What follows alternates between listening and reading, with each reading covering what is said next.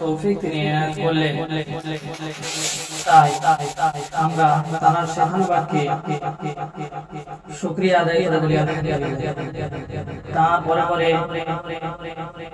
জানা কেনা সৃষ্টি করিলে পুরো কায়নাতকে সৃষ্টি করা হতো না, সেই মহামানবের দরবারে লাখো লাখ দরুদ ও সালাম বর্ষিত হোক। আমরা সকলে বলি সাল্লাল্লাহু আলাইহি ওয়াসাল্লাম। আজ পবিত্র শাবান মাসের 1 তারিখ, অতএব প্রথম জুমা। আমরা গত জুমায় আলোচনা করেছিলাম ইসরা ও মিরাজ সম্পর্কে। আজ ইসরা ও মিরাজ সম্পর্কে আলোচনা হবে ইনশাআল্লাহ। আল্লাহ তাআলার কাছে তৌফিক চাই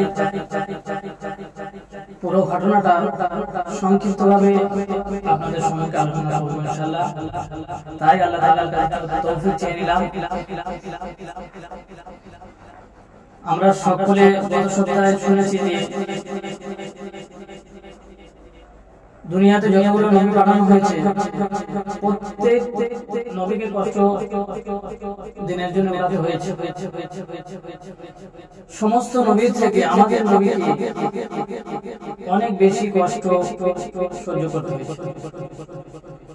লাঞ্ছনা অপমাননার এমন কোন দিন ছিল না যেদিন রাসূলুল্লাহ সাল্লাল্লাহু আলাইহি ওয়াসাল্লামকে দ্বীনের ব্যাপারে আল্লাহ তাআলার জন্য সহ্য করতে হয়নি।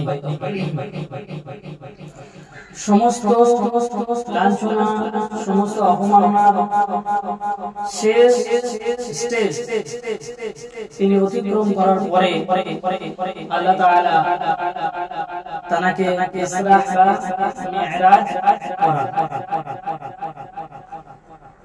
ইসরা বা মিরাজ আগে আমরা বুঝে নিই ইসরা বা মিরাজ মানে কি। ইসরা বা মিরাজ হলো, ইসরা হচ্ছে আল্লাহ তাআলা পবিত্র কোরআন শরীফের মধ্যে বলেছেন 15 পারায় 1 নম্বর আয়াতে সুবহানাল্লাযী আসরা বি'আবদিহি লাইলান মিনাল মাসজিদিল হারাম ইলাল মাসজিদিল আকসা আল্লাযী বারাকনা হাওলাহু লিনুরিয়াহু মিন আয়াতিনা ইন্নাহু হুয়াস সামিউল বাসীর। আমি আমার বান্দাকে শ্রেয় বান্দাকে রাত্রি যোগে মসজিদুল হারাম থেকে নিয়ে মসজিদুল আকসা পর্যন্ত ভ্রমণ করিয়েছি। এই মসজিদুল আকসা থেকে মসজিদুল হারাম থেকে মসজিদুল আকসা পর্যন্ত আল্লাহ তাআলা নিয়ে গেলেন শ্রেয় বান্দাকে। এটার নাম হলো ইসরা। আর এই বাইতুল মসজিদুল হারাম থেকে মসজিদুল আকসা থেকে একদম আল্লাহ তাআলার সাথে যে সাক্ষাৎ করেছিলেন এই ভ্রমণটাকে মিরাজ বলা হয়। এবার আমরা জানবো যে এই মিরাজ বা ইসরা কত হিজরিতে হয়েছিল। বিশুদ্ধ মত হলো, বিভিন্ন মত আছে। বিশুদ্ধ মত হলো রাসূলুল্লাহ সাল্লাল্লাহু আলাইহি ওয়াসাল্লাম চাচা ইন্তেকালের পর হযরত খাদিজা কুবরা রাদিয়াল্লাহু তাআলা আনহা তিনি 3 থেকে 5 দিনের মধ্যে ইন্তেকাল করেছিলেন। গত সপ্তাহে আমরা শুনেছি এই ইন্তেকালের পরে ঠিক নবুয়তের 10 বছর অতিবাহিত হওয়ার পরে 11তম বছরে এই ইসরা বা মিরাজ হয়েছিল। কোন দিনে হয়েছিল এরও বিভিন্ন মত রয়েছে। বিশুদ্ধ মত হলো, এবারে সংক্ষিপ্তভাবে বলছি, বিশুদ্ধ মত হলো এই রজব মাসের 27 তারিখ। এবার আমরা শুনবো যে ইসরা বা মিরাজ কিভাবে অনুষ্ঠিত হয়েছিল বিস্তারিত। রাসূলুল্লাহ সাল্লাল্লাহু আলাইহি ওয়াসাল্লাম বলেছেন যে আমি আমার চাচাতো বোন, ওনার চাচা আবু তালেব তার মেয়ে উম্মে হানির ঘরে রাসূলুল্লাহ সাল্লাল্লাহু আলাইহি ওয়াসাল্লাম শুয়েছিলেন, ঘুমাচ্ছিলেন।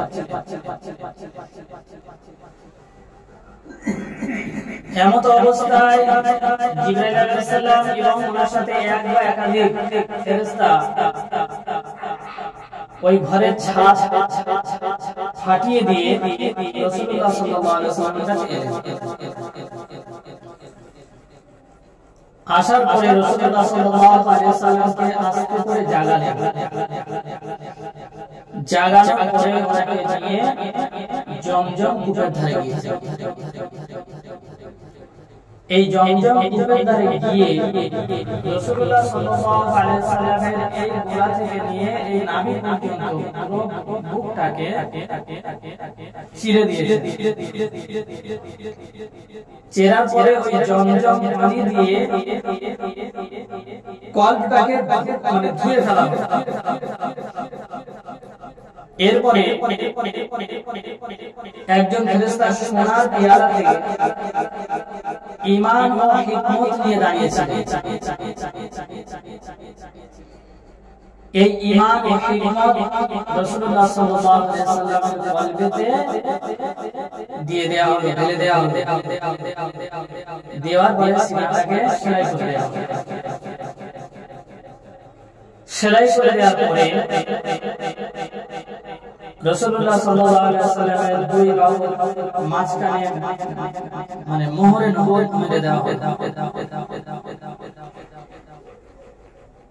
এরপরে জান্নাত থেকে একটা বাহন আনা হবে। এই বাহনটা সাদা রঙের ছিল, গাধার থেকে একটু বড়, খচ্চরের থেকে একটু ছোট, আর লম্বাটা ছিল একটু বেশি। একবারে ধবধবে ছিপছিপে। এই বাহনে করে এই বাহনটা বলা হচ্ছে যে এই বাহনের গতি ছিল এরকম, আমাদের নজর যতদূর পৌঁছায়। যেমন আমরা উদাহরণস্বরূপ জানি যে একটা বাঘ লাফাতে পারে 20 হাত, তো এই ঘোড়াটা একটা লাফ দিতে আমাদের নজর দৃষ্টি শক্তি যেখানে গিয়ে সীমা শেষ হচ্ছে ওই সীমায় গিয়ে একটা করে লাফ। আমরা এখান থেকে যদি চিন্তা করি, আমরা এখান থেকে সেই আসমানের তারা পর্যন্ত দেখতে পাচ্ছি, চাঁদ দেখতে পাচ্ছি। তো আমাদের দৃষ্টি শক্তি যতটা দূর ছিল তত দূর এক একটা কদম পড়ছে সেই ঘোড়া বা ইয়েটা বাহুটা। এই আমরা জানি সাধারণত যে একটা কারেন্টের সুইচ মানে সেকেন্ডে বিদ্যুতের গতিবেগ সেকেন্ডে 1,68,000 কিলোমিটার বেগে ছোটে। এর থেকেও বেশি দ্রুত গতি বাহন ছিল এই বোরাকে করে রাসূলুল্লাহ সাল্লাল্লাহু আলাইহি ওয়াসাল্লামকে নিয়ে যাওয়া হচ্ছে। এবং আয়াতের শুরুতে আল্লাহ তাআলা বলে দিয়েছেন, যখন আমি আমার প্রিয় বান্দাকে ইসরা বা মিরাজ করালাম তখন তার চতুর্দিকে আমি বরকত দিয়ে ঘিরে দিয়েছি এবং আমি কিছু কুদরতি নিদর্শন দেখিয়েছি। এই নিদর্শনটা কি? যখনই বরাকে করে রাসূলুল্লাহ সাল্লাল্লাহু আলাইহি ওয়াসাল্লাম ইসরা বা মিরাজের উদ্দেশ্যে রওনা হলেন, কিছু দূর যাওয়ার পরে দেখতে বড় জায়গা ঢাকা খেজুর গাছ ভর্তি। জিবরাইল আলাইহিস সালাম বললেন, এই জায়গাটায় আপনি হিজরত করবেন, এটা হলো মদিনা। রাসূলুল্লাহ সাল্লাল্লাহু আলাইহি ওয়াসাল্লাম ওখানে নামলেন, 2 রাকাত নামাজ আদায় করলেন। এরপরে ওখান থেকে আবার চলতে শুরু করলেন। যেতে যেতে উনি দেখলেন যে একজন বৃদ্ধ মহিলা রাসূলুল্লাহ সাল্লাল্লাহু আলাইহি ওয়াসাল্লামকে ডাকছে। হযরত জিবরাইল আলাইহিস সালাম বললেন, চলো আগিয়ে চলো। রাসূল জিজ্ঞাসা করলেন, ইনি কে? উত্তরে কিছু না বললেন চলে আগে চলে। কিছুটা দূর যাওয়ার পরে দেখছে একজন বৃদ্ধ লোক, উনিও রাসূলকে ডাকছেন। রাসূলুল্লাহ সাল্লাল্লাহু আলাইহি ওয়াসাল্লাম জিজ্ঞাসা করলেন, জিবরাইল আলাইহিস সালাম বলেন আগিয়ে চলে। এরপরে রাসূলুল্লাহ সাল্লাল্লাহু আলাইহি ওয়াসাল্লামকে বললেন, হযরত জিবরাইল আলাইহিস সালাম যে প্রথম যে মহিলাটা আপনাকে ডাকছিল ওই মহিলাটা হলো দুনিয়া। যেমন মহিলার বয়স সংকীর্ণ ঠিক দুনিয়ার বয়স ওই রকম সংকীর্ণ। আর যে বৃদ্ধ লোকটা আপনাকে ডাকছিল ওই বৃদ্ধ লোকটা হলো শয়তান। দুজনেরই একই উদ্দেশ্য ছিল আপনার পথভ্রষ্ট করা, আপনাকে পথভ্রষ্ট করে দেওয়া। এরপরে আগাতে শুরু করলেন। যেতে যেতে দেখতে পেলেন যে একদল লোক তাদের হাতের আঙুলগুলো বড় বড় তামার মতো, পিতলের তামা ওই টাইপের। তারা তাদের নখ দিয়ে মুখের গোশগুলো এরকম খামচা মারছে, গোশগুলো ছিঁড়ছে, মুখ এবং মুখের গোশগুলো ছিঁড়ছে আর গালে দিচ্ছে, চিবাচ্ছে। রাসূলুল্লাহ সাল্লাল্লাহু আলাইহি ওয়াসাল্লাম জিবরাইল আলাইহিস সালামকে জিজ্ঞাসা করলেন, এরা কারা? রাসূলুল্লাহ সাল্লাল্লাহু আলাইহি ওয়াসাল্লাম বললেন, এরা হলো আপনার উম্মতের একটা দল যারা গীবত, গিল্লা, পরনিন্দা, পরচর্চা এবং অন্যায়ভাবে মানুষের অনুশাসন করে, বদনাম। এরপরে আবার আগায় হচ্ছে। কিছু দূর গিয়ে দেখছেন রাসূলুল্লাহ সাল্লাল্লাহু আলাইহি ওয়াসাল্লাম একদল লোক তাদের মাথায় পাথর দিয়ে আঘাত করা হচ্ছে। আর পাথরের আঘাতে মাথা একবারে চূর্ণ বিচূর্ণ হয়ে যাচ্ছে, পাথর ছিটকে ওই দূরে চলে যাচ্ছে। পাথরটাকে আনতে যেতে আবার পুনরায় মাথাটা সুন্দর হয়ে যাচ্ছে, মানে যেমন কি তেমন হয়ে যাচ্ছে। ধারাবাহিকভাবে এমন অবস্থা দেখে রাসূলুল্লাহ সাল্লাল্লাহু আলাইহি ওয়াসাল্লাম হযরত জিবরাইল আলাইহিস সালামকে জিজ্ঞাসা করলেন, এরা কারা? হযরত জিবরাইল আলাইহিস সালাম বললেন যে এরা হলো আপনার উম্মতের একদল যারা ইচ্ছাকৃত ফরজ নামাজটাকে কাজা করতে আদায় করতে ইচ্ছাকৃত, অজুহাত নেই, কোনো অজুহাত নেই, ইচ্ছাকৃত। এরপরে আগামী আবার যেতে শুরু করলেন। যেতে যেতে পথের মধ্যে দেখছে যে একদল লোক তাদের সামনের দিক এবং পিছন দিকটা এরকম একটা কাপড় দিয়ে বাঁধা আছে, শুধু লজ্জাস্থান থেকে এই পর্যন্ত একটুখানি। আর তারা উট এবং গরুর মতো মুখটা নিচু করে কাঁটাযুক্ত ঘাস আর পাথর খাচ্ছে। রাসূলুল্লাহ সাল্লাল্লাহু আলাইহি ওয়াসাল্লাম জিজ্ঞাসা করলেন জিবরাইল আলাইহিস সালামকে, এরা কারা? রাসূলুল্লাহ সাল্লাল্লাহু আলাইহি ওয়াসাল্লাম বললেন, জিবরাইল আলাইহিস সালাম রাসূলুল্লাহ সাল্লাল্লাহু আলাইহি ওয়াসাল্লামকে বললেন যে এরাও আপনার উম্মতের একদল যারা যাকাত আদায় করে, যাকাত আদায় করতে না। এরপরে রাসূলুল্লাহ সাল্লাল্লাহু আলাইহি ওয়াসাল্লাম আগাতে শুরু করলেন। কিছু দূর গিয়ে দেখছেন একটি জায়গায় একটি পেয়ালাতে সুন্দর পাকানো গোশ, রান্না করা গোশ রয়েছে, আর তার পাশে কাঁচা দুর্গন্ধযুক্ত গোশ, পচা এই গোশ আছে পেয়ালাতে। দুইটি পেয়ালায় দুই রকম ধরনের গোশ আছে। এই দুইটি পেয়ালায় দুই রকম গোশ, এই পাকানো সুন্দর গোশটা, রান্না করা গোশটা মানুষ খাচ্ছে না, খাচ্ছে ওই পচা দুর্গন্ধযুক্ত গোশটা তুলে তুলে খাচ্ছে। রাসূলুল্লাহ সাল্লাল্লাহু আলাইহি ওয়াসাল্লাম জিজ্ঞাসা করলেন যে এরা কারা? রাসূল সাল্লাল্লাহু আলাইহি ওয়াসাল্লামকে জিজ্ঞেস বললেন যে এরা হলো আপনার উম্মতের একটি দল যাদের হালাল স্ত্রী থাকা সত্ত্বেও অন্য নারীদের সাথে সম্পর্ক রাখে, এবং হালাল স্বামী থাকা সত্ত্বেও এই সব মেয়েরা অন্য পুরুষদের সাথে সম্পর্ক রাখে, রাত্রি যাপন করে। এরপরে আলামে যেতে যেতে দেখা যাচ্ছে যে একটা জায়গায় খুব বড় আগুন জ্বলছে, মানে চুলোটা তলাটা অনেক বড় আর মুখটা একটু মানে এরকম সরু টাইপের, আর ওখানে মানুষগুলোকে ঢোকানো হচ্ছে।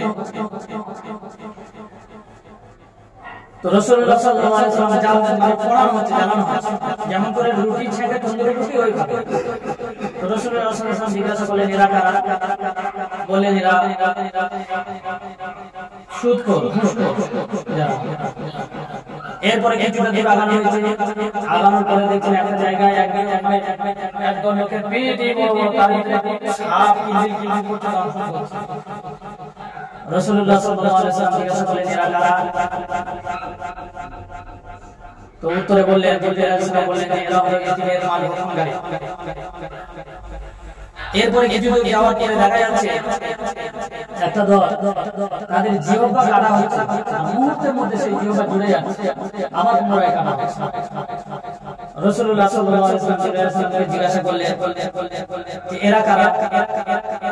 জিবরাইল আলাইহিস সালাম বললেন এরা হলো আপনার উম্মতের একটি দল যারা ফেরেশতার মতো ভাষণ দিত, কিন্তু সেই কাজের ছিটফোঁটা তার কর্মে পাওয়া যায়, মানে তার প্র্যাকটিক্যালি পাওয়া যায়। বড় বড় ভাষণ কিন্তু প্র্যাকটিক্যালি সেই কাজ তার দ্বারা প্র্যাকটিক্যালি কাজ পাওয়া যায়, কাজের কোনো ছিটফোঁটা তার অন্তরে পাওয়া যায়। এরপরে রাসূলুল্লাহ সাল্লাল্লাহু আলাইহি ওয়াসাল্লাম গিয়ে পৌঁছালেন বাইতুল মুকাদ্দাস। বাইতুল মুকাদ্দাস, এই বাইতুল মুকাদ্দাসে যখন পৌঁছালেন ওখানে রাসূলুল্লাহ সাল্লাল্লাহু আলাইহি ওয়াসাল্লাম এই বাহনটাকে বোরাকটাকে একটি পাথরে ছিদ্র করে বেঁধে রাখলেন, বোরাক থেকে নিচে নামলেন। এই জায়গাটায় প্রত্যেকটা নবী তাদের বাহনগুলোকে বেঁধে রাখতেন। রাসূলুল্লাহ সাল্লাল্লাহু আলাইহি ওয়াসাল্লাম ঠিক তাই করলেন। করার পরে রাসূলুল্লাহ সাল্লাল্লাহু আলাইহি ওয়াসাল্লাম যখন বাইতুল মুকাদ্দাসে ঢুকলেন তখন উনি ওখানে গিয়ে দেখছেন পূর্ব থেকে আম্বিয়া কামরা ওনারা ওখানে বসে আছে, আগে থেকে ওনারা ওই জায়গাটায় বসে আছে, বাইতুল মুকাদ্দাসে বসে আছে। রাসূলুল্লাহ সাল্লাল্লাহু আলাইহি ওয়াসাল্লামের আগমনের কথা শুনে তারা আগে থেকে বসে আছে অভ্যর্থনা ওয়েলকাম জানানোর জন্য। সমস্ত আম্বিয়া রাসূলুল্লাহ সাল্লাল্লাহু আলাইহি ওয়াসাল্লাম যাওয়ার পরে ওরা আদনান সাহাবা ওয়েলকাম জানানোর পরে একজন মুয়াজ্জিন দিয়ে আযান দিলেন। এই আযানের পরে সবাই সমস্ত আম্বিয়া একে অপরের দিকে তাকাচ্ছেন, কে ইমাম কে ইমাম। এমন অবস্থায় হযরত জিবরাইল আলাইহিস সালাম আমাদের রাসূল সাল্লাল্লাহু আলাইহি ওয়াসাল্লামের হাতটি ধরে ইমামতির জায়গায় দাঁড় করালেন। তো রাসূলুল্লাহ সাল্লাল্লাহু আলাইহি ওয়াসাল্লাম যখন ইমামতির জায়গায় দাঁড় করালেন, অন্যান্য রাতে এসে শুধু আম্বিয়া کرام সমস্ত ফেরেশতারা অবতরণ করেছেন, সমস্ত ফেরেশতারা অবতরণ করেছেন এবং রাসূলুল্লাহ সাল্লাল্লাহু আলাইহি ওয়াসাল্লামের পিছনে দুই রাকাত নামাজ।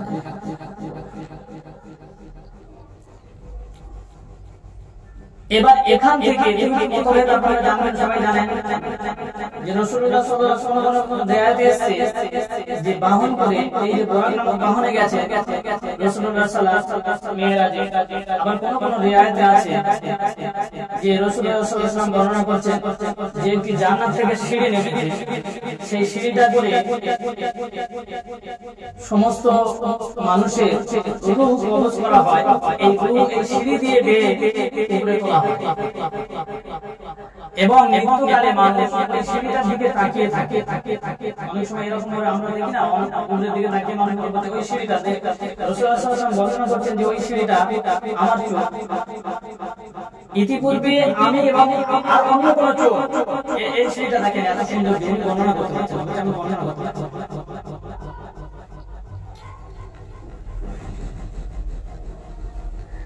তো ওখান থেকে রাসূলুল্লাহ সাল্লাল্লাহু আলাইহি ওয়াসাল্লামের দরবারে উপরে উঠছে প্রথম আসমানে। যখন রাসূলুল্লাহ সাল্লাল্লাহু আলাইহি ওয়াসাল্লাম প্রথম আসমানে উঠলেন, খুব সংক্ষিপ্তভাবে আমি ঘটনাটা বলছি। রাসূলুল্লাহ সাল্লাল্লাহু আলাইহি ওয়াসাল্লাম যখন এক নম্বর আসমানে গেলেন, গিয়ে দেখছেন ওখানে যখন এক নম্বর আসমানে গেলেন, আসমানের দরজা সেই দরজাতে যখন গিয়েছে, যাওয়ার পরে তার লোককে জিজ্ঞাসা করছেন যে জিবরাইল আলাইহিস সালাম বলেছেন দরজা খুলে দেওয়ার জন্য। তো তার লোককে উনি জিজ্ঞাসা করছেন যে আপনার সাথে কে এসেছে? বলা হলো রাসূলুল্লাহ সাল্লাল্লাহু আলাইহি ওয়াসাল্লাম এসেছেন। তো ওনাকে কি এখানে আনার জন্য অনুমতি দেওয়া হয়েছে? জিবরাইল আলাইহিস সালাম বললেন হ্যাঁ। ফেরেশতা দরজা খুলে দিলেন, প্রথম আসমানে চলে গেলেন।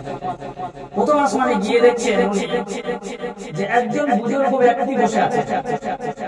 উনি ডান দিকে তাকাচ্ছেন, হাসছেন, আর বাম দিকে তাকাচ্ছেন, কাঁদছেন। জিবরাইল আলাইহিস সালামকে জিজ্ঞাসা করা হলো, রাসূলুল্লাহ সাল্লাল্লাহু আলাইহি ওয়াসাল্লাম জিজ্ঞাসা করছেন যে ইনি কে? উনি বললেন যে সালাম করেন, ইনি হলেন আদি পিতা হযরত আদম আলাইহিস সালাম। সালাম করা হলো, উনি ওয়েলকাম জানালেন। জানানোর পরে উনি জিজ্ঞাসা করলেন যে উনি এরকম কেন করছেন? ডান দিকে তাকাচ্ছেন, হাসছেন, বাম দিকে তাকাচ্ছেন, কাঁদছেন, কেন? এটা কেন? জিবরাইল আলাইহিস সালাম বলেন যে উনি ডান দিকে তাকাচ্ছেন, হাসছেন এই কারণে, ডান দিকে যে আপনার উম্মতের মধ্যে এমন কিছু বান্দা আসবে যাদের আমলনামা ডান দিকে দেয়া হবে, ডান হাতে দেয়া হবে, তারা জান্নাতে যাবে। এই দিকে উনি দেখছেন ওনার সন্তানদেরকে দেখছেন এবং হাসছেন। আর বাম দিকে যখন তাকাচ্ছেন দেখছেন যে সন্তানগুলোকে বাম হাতে আমলনামা দেওয়া হবে তারা জাহান্নামে লিখতে হবে, তাদের দিকে তাকাচ্ছেন, কষ্ট পাচ্ছেন, হাসছেন। এক নম্বর।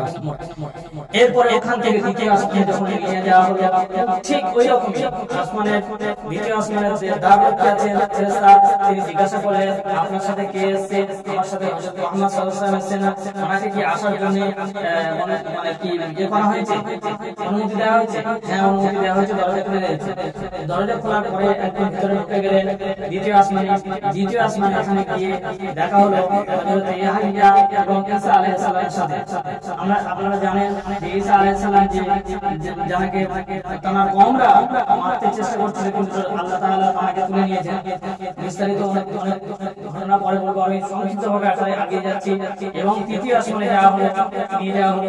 তৃতীয় আসমানে গিয়ে ঠিক ওই রকম দাবুকে বললেন, করার পরে দরজা খুলে দেওয়া হলো, ভেতরে ঢোকা হলো। ভেতরে ঢুকে দেখছেন হযরত ইউসুফ আলাইহিস সালাম আছেন। এই ইউসুফ আলাইহিস সালাম এনার সম্পর্কে আপনারা সবাই জানেন যে হযরত জুলাইখা এনার অন্যায় আবদার প্রত্যাখ্যান করার কারণে হযরত ইউসুফ আলাইহিস সালামকে 12 বছর জেল খাটতে হয়েছিল। এরপরে এখান থেকে চললেন উপরের দিকে, আবার গিয়ে দেখছেন চতুর্থ আসমান। ঠিক ওইভাবে ফেরেশতারা জিজ্ঞাসা করলেন, দরজা খোলা হলো। দরজা খুলে চতুর্থ আসমানে গিয়ে দেখছেন যে ওখানে রয়েছেন হযরত ইদ্রিস আলাইহিস সালাম। পঞ্চম আসমানে যাওয়া হলো। ঠিক ওইভাবে ফেরেশতারা জিজ্ঞাসা করলেন, দরজা খুলে দেওয়া হলো। পঞ্চম আসমানে গিয়ে দেখছেন ওখানে রয়েছেন হযরত হারুন আলাইহিস সালাম। ষষ্ঠ আসমানে যাওয়া হলো। ঠিক ওইভাবে জিজ্ঞাসা করা হলো এবং দরজা খুলে দেওয়া হলো। দরজা খুলে দেওয়া হয়েছে ষষ্ঠ আসমানে হযরত মুসা আলাইহিস সালাম। এবং সপ্তম আসমানে ঠিক ওইভাবে দরজা খুলে দেওয়া হলো। ওখানে গিয়ে দেখছেন হযরত ইব্রাহিম আলাইহিস সালাম বাইতুল মামুরের ঠেক দিয়ে হেলান দিয়ে বাইতুল মামুর, এই বাইতুল মামুরের ঠেক দিয়ে হেলান দিয়ে বসে আছেন এবং ওনার পাশে কিছু বাচ্চা ছেলেরা খেলা করছে। উনি জিজ্ঞাসা করলেন যে যেনার পাশে এই বাচ্চা এগুলো খেলা করছে কারা? এরা বলল যারা নিষ্পাপ শিশু যারা মরে যায়, তারা ইন্তেকাল করে, তারা এই হযরত ইব্রাহিম আলাইহিস সালামের কাছে থাকে। তো উনি ওই বাইতুল মামুরে হেলান দিয়ে বসে আছেন। এই বাইতুল মামুর হচ্ছে ফেরেশতাদের কাবা, যেমন আমাদের কাবা শরীফ। এই কাবা শরীফের সোজাসুজি সপ্তম আসমানে এই বাইতুল মামুর অবস্থিত। এই বাইতুল মামুরে প্রত্যেক দিন 70,000 ফেরেশতা তাওয়াফ করছেন। এই 70,000 ফেরেশতা তাওয়াফ করছেন। রাসূলুল্লাহ সাল্লাল্লাহু আলাইহি ওয়াসাল্লাম বর্ণনা করছেন যে এই 70,000 ফেরেশতা যে একবার তাওয়াফ করে যাচ্ছে আজকের দিনে, কিয়ামত পর্যন্ত দ্বিতীয়বার সে আর সুযোগ পাবে না। তো তাহলে ফেরেশতাদের সংখ্যা কত আমরা চিন্তা করলে বুঝতে পারি। তো এই জায়গা থেকে দেখলেন এবং ওখানে হযরত ইব্রাহিম আলাইহিস সালাম একটি বার্তা দিলেন, ওয়েলকাম জানালেন, বার্তা দিলেন যে মুহাম্মদ, জান্নাতের মাটি খুবই উর্বর, জান্নাতের মাটি খুবই উর্বর, আর পানি হচ্ছে মিষ্টি জাতীয় পানি। তুমি তোমার উম্মতদেরকে বলে দিও তারা যেন বেশি বেশি করে সুবহানাল্লাহ জান্নাতে গাছ লাগায়। আর এই জান্নাতে গাছ লাগানো কিভাবে গাছ লাগানো যাবে? সুবহানাল্লাহ, আলহামদুলিল্লাহ, লা ইলাহা ইল্লাল্লাহ, আল্লাহু আকবার, লা হাওলা ওয়ালা কুওয়াতা ইল্লা বিল্লাহ, এটা বললেই জান্নাতে একটা গাছ লাগানো হবে। ওখানে মাটি খুব উর্বর এবং পানি খুব মিষ্টি। একদম সংক্ষিপ্ত আমি ঘটনাগুলো বলছি। এরপরে ওখান থেকে ওনাকে এই বাইতুল মামুর থেকে ওনাকে উপরে নিয়ে যাওয়া হচ্ছে। বাইতুল মামুর থেকে উপরে যখন নিয়ে যাওয়া হচ্ছে, এই জায়গাটির নাম হলো সিদরাতুল মুনতাহা। এই সিদরাতুল মুনতাহা সম্পর্কে বলি। সিদরাতুল মুনতাহা হচ্ছে ওই সিদরাতুল মুনতাহা এমন একটা জায়গা যেখান থেকে আমরা মানে আল্লাহ তাআলার বান্দারা, আল্লাহ তাআলা যেগুলো কথা বলেন সেখান থেকে এসে সিদরাতুল মুনতাহা থেকে আটকে যায়, ওখানে থাকে। ওখান থেকে ফেরেশতারা নিচের দিকে নিয়ে চলে আসে এবং বান্দার যে কোনো কথা যা কিছু এখান থেকে বলা হয় সমস্ত কিছু এই সিদরাতুল মুনতাহায় গিয়ে আটকে থাকে। ওখান থেকে উপরে ফেরেশতারা যারা আছেন ওনারা ওখান থেকে আল্লাহ তাআলার কাছে পৌঁছায়। এখন এই বাইতুল মানে মামুর, বাইতুল মামুরের পরে এই সম্পর্কে একটু পরে বলছি, নাম ছেড়ে যাচ্ছে। বাইতুল মামুরের পরে যখন ওই বাইতুল মামুরের কাছ থেকে আপনি পার হচ্ছে তখন জান্নাত এবং জাহান্নাম দেখা যায়। জান্নাতে আপনারা এর ঘটনা বর্ণনা হয়তো শুনেছেন। জান্নাতে যখন রাসূলুল্লাহ সাল্লাল্লাহু আলাইহি ওয়াসাল্লামকে জান্নাত থেকে ঘুরে দেখানো হলো, রাসূলুল্লাহ সাল্লাল্লাহু আলাইহি ওয়াসাল্লাম দেখছেন যে বলছেন যে সবুজ গম্বুজগুলো একদম সোনা দিয়ে করা আছে, মাটিগুলো মিশকা আম্বারের মাটি। এবং তিনি দেখে বললেন যে এখানে এই আমার উম্মতেরা তারা সকলেই চাইবে এই জায়গাটা আছে, এত সুন্দর জায়গা। তারপরে একটা শরীয়তের গণ্ডি দেওয়া হলো। যখন শরীয়তের গণ্ডি দেওয়া হলো, রাসূলুল্লাহ সাল্লাল্লাহু আলাইহি ওয়াসাল্লাম বললেন যে আর মানে আমার উম্মতের মধ্যে আমার তো ভয় হচ্ছে, এবার আমার উম্মতেরা আসতে পারবে না। এরপরে যখন জাহান্নামে দেখানো হলো ঘুরিয়ে, জাহান্নামের যে কষ্ট, এই কষ্ট দেখে রাসূলুল্লাহ সাল্লাল্লাহু আলাইহি ওয়াসাল্লাম বললেন যে আমার উম্মতেরা কোনোদিন চাইবে না যে এই জাহান্নামে আসবে। এরপরে ওখানে মদ মস্তি নারী দিয়ে ঘিরে দেওয়া হলো। তখন রাসূলুল্লাহ সাল্লাল্লাহু আলাইহি ওয়াসাল্লাম পড়ে গেলেন, আমার একটু উম্মত এখানে হয়তো বাঁচবে না। ওখানে যে ফেরেশতাদের জাহান্নামের যে ফেরেশতা যে দারুচ্চ আছে, ওনার নাম হচ্ছে মালিক। সবাই রাসূলুল্লাহ সাল্লাল্লাহু আলাইহি ওয়াসাল্লামের আগমনে খুশি হয়েছেন এবং ওয়েলকাম জানিয়েছেন। উনি একেবারে হাসি বন্ধ, কোনো কথা নেই, মুখে কোনো কথা নেই, মানে কেমন ভাবে আছে। রাসূলুল্লাহ সাল্লাল্লাহু আলাইহি ওয়াসাল্লাম জিজ্ঞাসা করলেন জিবরাইল আলাইহিস সালামকে যে সবাই তো আমার আশাতে খুশি, কিন্তু ইনি কেন খুশি না, এনার মুখটা কেন এরকম হয়ে আছে? তো হযরত জিবরাইল আলাইহিস সালাম বললেন যে যেদিন থেকে এনাকে এই জাহান্নামের দায়িত্ব দেওয়া হয়েছে সেই দিন থেকে জাহান্নামের যে কষ্ট, জাহান্নামে যারা আসছে তাদের যে কষ্ট দেখে এরা সেই দিন থেকে মুখে হাসি লাগে। সেজন্য আপনাকে দেখেও হাসি। এরপরে ওখান থেকে এই বাইতুল মামুর থেকে সিদরাতুল মুনতাহা যাওয়া হলো। সিদরাতুল মুনতাহা যেটা হচ্ছে বলা হয়েছে যে ওখানে বড় বড় ফুল গাছ, মানে ফুল গাছের বলতে এক একটা পাতা হাতির কানের মতো। রাসূলুল্লাহ সাল্লাল্লাহু আলাইহি ওয়াসাল্লাম বর্ণনা করছেন যে হাতির কানের মতো এরকম বড় বড় পাতা, আর ওর ফলগুলো হচ্ছে এক একটা বড় বড় মটকা বা কলসির মতো। আর ফেরেশতারা যে ফেরেশতা জিবরাইল আলাইহিস সালাম যে নিয়ে গেছেন, ওই ফেরেশতা ওই পর্যন্তই মানে যাওয়ার অনুমতি আছে, ওর উপরে যাওয়ার অনুমতি নেই। কারণ আমি আগেই বললাম যে নিচে থেকে যত সমস্ত কথা ওখানে গিয়ে জমা হয়, ওখান থেকে উপরের ফেরেশতারা যারা আছেন ওনারা ওখান থেকে নিয়ে আল্লাহ তাআলার কাছে পৌঁছায় এবং উপর থেকে যা কিছু আসে ওখানে এসে দাঁড়ায়। ওখান থেকে আবার জিবরাইল আলাইহিস সালাম বা অন্যান্য ফেরেশতাদের মাধ্যমে নিচে নামে। এইখানে জায়গায় যাওয়ার পরে সিদরাতুল মুনতাহায় যাওয়ার পরে এবার কিন্তু জিবরাইল আলাইহিস সালাম বলেন আমার আর অনুমতি নেই। রাসূলুল্লাহ সাল্লাল্লাহু আলাইহি ওয়াসাল্লাম বুঝতে পারছেন এসব ঘটনা আপনারা শুনেছেন, আমি একবারে সংক্ষিপ্ত ভাবে বলছি। রাসূলুল্লাহ সাল্লাল্লাহু আলাইহি ওয়াসাল্লামকে উপরে তোলা হলো। যখন উপরে তুলে যান, উপরে যাওয়া গিয়ে উনি ফেরেশতাদের কলমের আওয়াজ শুনতে পান। এই জায়গাটার নাম হচ্ছে শরীফুল আকলাম। এই জায়গাটা বলা হয় শরীফুল আকলাম। এই ফেরেশতাদের কলমের আওয়াজের নামটা হলো শরীফুল আকলাম। এই শরীফুল আকলামে যে উনি গেলেন, যাওয়ার পরে ওখানে গিয়ে দেখছেন, উনি বলছেন যে আমি তো বর্ণনা দিতে পারি এই জায়গা থেকে। ওখানে ওই কুল গাছের পাতার মতো বড়, হাতির পাতার মতো, হাতির কানের মতো বড় বড় পাতা কুল গাছের, আর ওই বড় বড় ফল, আর পোকামাকড়, সোনার সব অসংখ্য ফেরেশতা দিয়ে ওটাকে করা আছে, বেষ্টন করা রয়েছে। ওখান থেকে যখন রাসূলুল্লাহ সাল্লাল্লাহু আলাইহি ওয়াসাল্লাম উপরের দিকে উঠছেন, ওই ফেরেশতাদের কলমের লেখার আওয়াজ তিনি পাচ্ছেন। ওখান থেকে পার হয়ে রাসূলুল্লাহ সাল্লাল্লাহু আলাইহি ওয়াসাল্লাম বলছেন, উনি বলছেন যে আমি যখন আল্লাহ তাআলা নূরের তাজাল্লিটাকে পার করেছি, এই নূরের তাজাল্লি, এই নূরের তাজাল্লি যখন পার করেছেন, উনি বলছেন যে আমি হয়তো, মানে আমার ধারণা যে এক ধনু কি তার থেকে আরো এতটা সন্নিকটে আল্লাহ তাআলার কাছে গিয়েছি। যাওয়ার পরে আল্লাহ তাআলা ডাইরেক্ট আমার ওই আমাদের ওহী নাযিল করেছেন। এক কথায় যে ফেরেশতার মাধ্যমে নয়, তিনি ডাইরেক্ট আল্লাহ তাআলার সাথে তিনটি জিনিস ওখানে দিলেন। এই তিনটি জিনিস হলো কি? এক নম্বর, আল্লাহ তাআলার সাথে এবার রাসূলুল্লাহ সাল্লাল্লাহু আলাইহি ওয়াসাল্লাম কথা হচ্ছে। এই জায়গাটা হচ্ছে লাউহে মাহফুজ। আপনারা মানুষের মধ্যে পড়েছেন, জানেন সূরাতুল বুরুজের মধ্যে রয়েছে লাউহে মাহফুজ। এই জায়গাটা, এই লাউহে মাহফুজের পরে আল্লাহ তাআলা তাজাল্লি, আল্লাহ তাআলা তাজাল্লি, নূরের তাজাল্লি করে যখন রাসূলুল্লাহ সাল্লাল্লাহু আলাইহি ওয়াসাল্লাম ইয়ে বললেন, এক থেকে তার আরো কাছে ঘন, মানে বলছে যে এক ঘন থেকে আরো কাছে আমি বুঝলাম রাসূলুল্লাহ সাল্লাল্লাহু আলাইহি ওয়াসাল্লাম আল্লাহ তাআলা আমাকে ডাইরেক্ট এক নম্বর 50 ওয়াক্ত নামাজ, 2 নম্বর সূরা বাকারার 3টি আয়াত, শেষের 3টি আয়াত,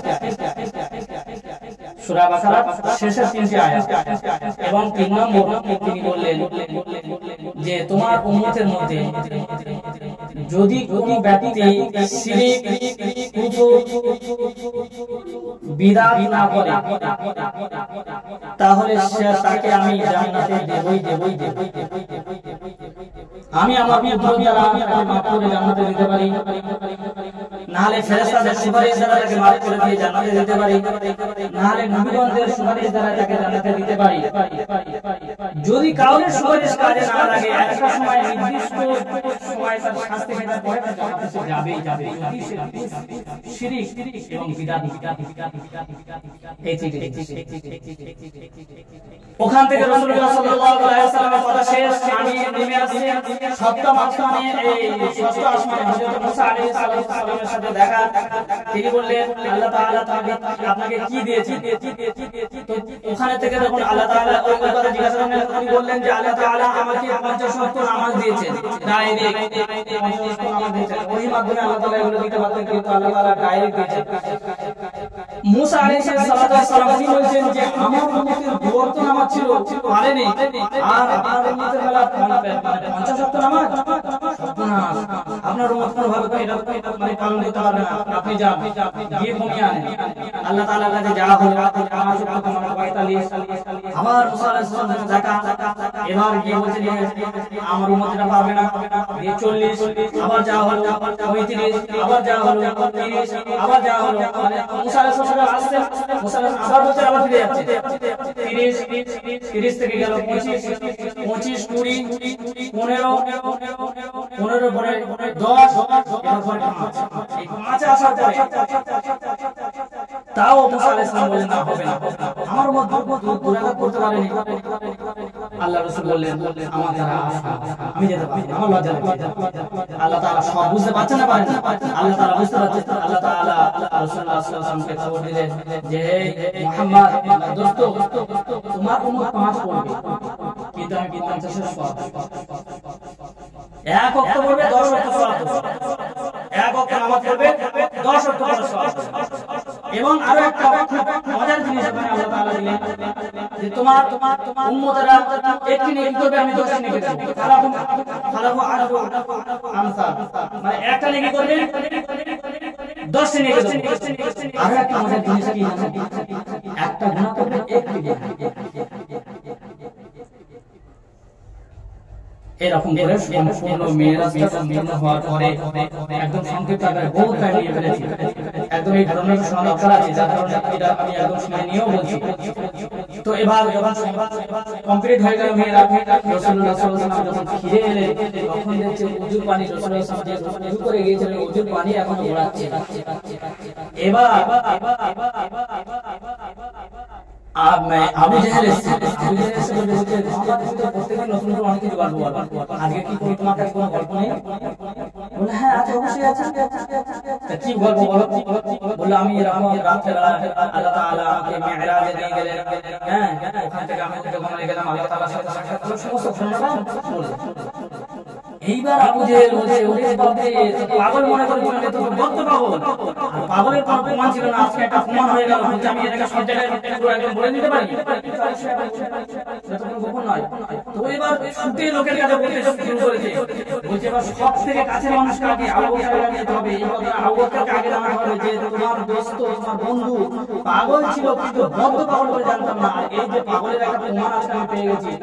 এইবার হযরতে আবু বকর সিদ্দিকের কাছে গেছে, আবু বকরের কাছে গেছে, গিয়ে ওনাকে বলছেন যে এই এরকম ঘটনা জানো তোমার বন্ধু এরকম বলছে।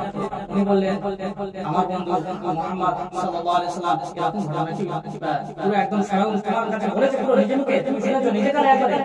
হ্যাঁ যদি তোমার বিশ্বাস হয় না চলো তুমি চলো আমার সাথে। তো হযরত আবু বকরকে সঙ্গে করে নিয়ে আবু জাহেল রাসূলুল্লাহ সাল্লাল্লাহু আলাইহি ওয়াসাল্লামের কাছে গেলেন। রাসূলুল্লাহ সাল্লাল্লাহু আলাইহি ওয়াসাল্লাম বললেন হ্যাঁ তুমি যা শুনেছো আবু জাহেল যা বলেছে ওটাই আমি বলেছি। তো আবু বকর বললেন এটা আমি 100 বার, শুধু একবার নয় 100 বার বিশ্বাস, একবার নয় 100 বার আমি বিশ্বাস। তখন থেকে আবু বকর সিদ্দিক, এটাই হলো মেরাজের সংক্ষিপ্ত ঘটনা। তাই আল্লাহ তাআলা আমাদেরকে এই বিষয়গুলো বুঝে তার উপরে আমল করার তৌফিক দেন। আমরা 5 ওয়াক্ত নামাজের ইহতিমাম করব, যাতে করে আল্লাহ তাআলা যে ডাইরেক্ট জিনিসগুলো আমাদেরকে দিয়েছেন রাসূলুল্লাহর মাধ্যমে সেগুলোকে ইহতিমাম করার চেষ্টা করব ইনশাআল্লাহ। তো আখির দাওয়ানা